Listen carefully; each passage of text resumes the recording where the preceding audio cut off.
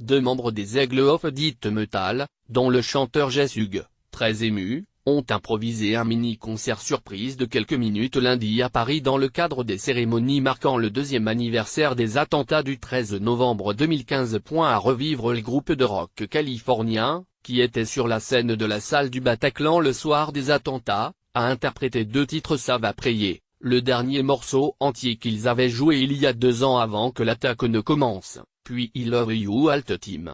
Visiblement très ému derrière ses lunettes au vert de couleur, Jess Hughes a ensuite distribué des roses blanches aux proches de victimes devant la mairie du 11e arrondissement, où ce concert a été improvisé après le rassemblement organisé par l'association Life of Paris. Lire aussi c'est difficile de ne pas se souvenir des gens qui sont tombés, a-t-il déclaré.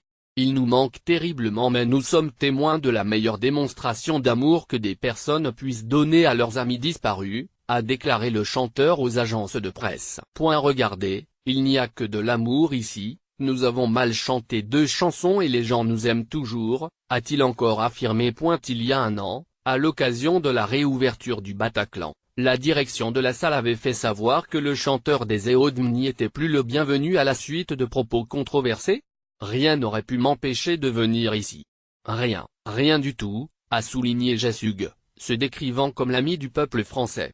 Outre les soupçons exprimés à l'encontre des agents de sécurité de la salle, le chanteur, connu pour ses positions en faveur des armes, avait notamment accordé au printemps 2016 une interview à une publication américaine aux prises de position extrémistes, dans laquelle il affirmait avoir vu des musulmans faire la fête dans la rue pendant l'attaque, en temps réel.